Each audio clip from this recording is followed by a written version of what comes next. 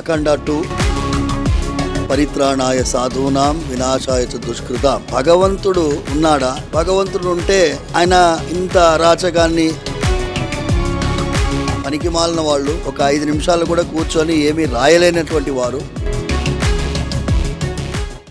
ఇవాళ చిలుకూరు బాలాజీ స్వామివారి సన్నిధి నుంచి బోయపాటి సీను గారి క్రియేషన్లో బాలయ్య గారు నటించినటువంటి అఖండ 2 చూడడం జరిగింది.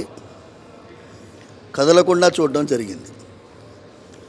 అఖండ 2 కింద తాండవం అని వేశారు.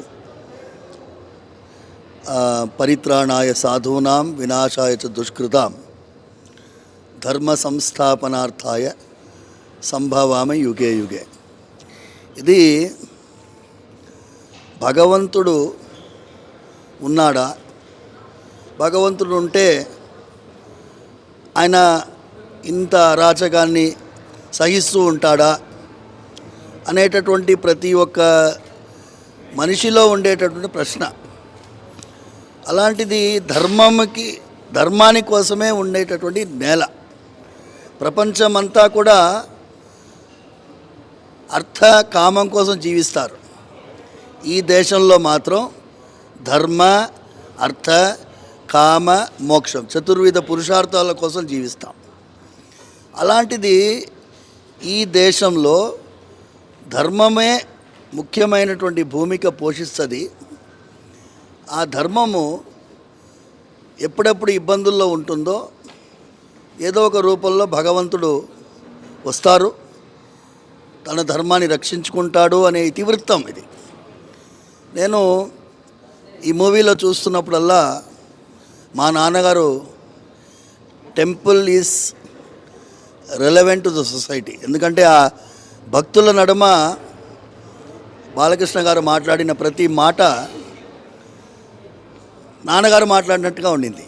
ఆ డైలాగ్ రైటర్కి కూడా అప్రిషియేట్ చేయాలి. భగవంతుడిని కూడా మీరు ఒక కమర్షియల్గా టీచ్ చేసినప్పుడు భగవంతుడు ఎందుకు వస్తాడయ్యా అనేటటువంటి భాషలో ఉంది. చెప్పుకుంటూ పోతే గంట సేపు రివ్యూ చేయాలి.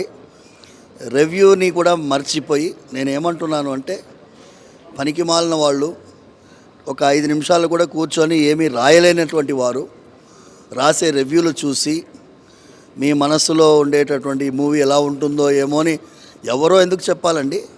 మీరు చూసి you make your own review. That is my humble submission. నేను ప్రత్యక్షంగా వచ్చి చూశాను. చూసిన తర్వాత లాజిక్ ఉందా, మ్యాజిక్ ఉందా అనేది మీరు చూడండి.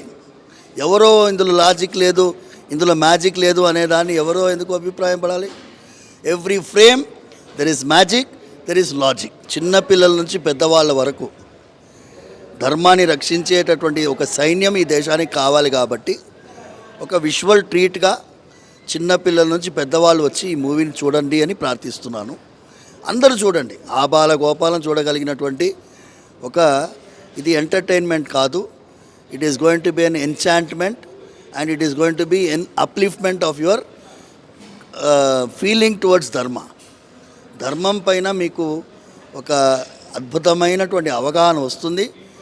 దాని మీద మనం ఈ దేశం ఆధారపడి ఉంది. కాబట్టి మనం ఈ ధర్మాన్ని రక్షించాలి అంటే భావితరాలకి మన సంస్కృతం పైన, సంప్రదాయం పైన, మన పురాణాలపైన, ఇతిహాసాలపైన ఎవరో ఒకరు విశ్లేషించేటటువంటి విమర్శించడానికి వదిలేసి మనందరం కూడా ధర్మాన్ని రక్షించాలి అదేటటువంటి భావనతో ప్రతి కుటుంబం వచ్చి ఈ మూవీ చూడాలని ప్రార్థిస్తున్నాను.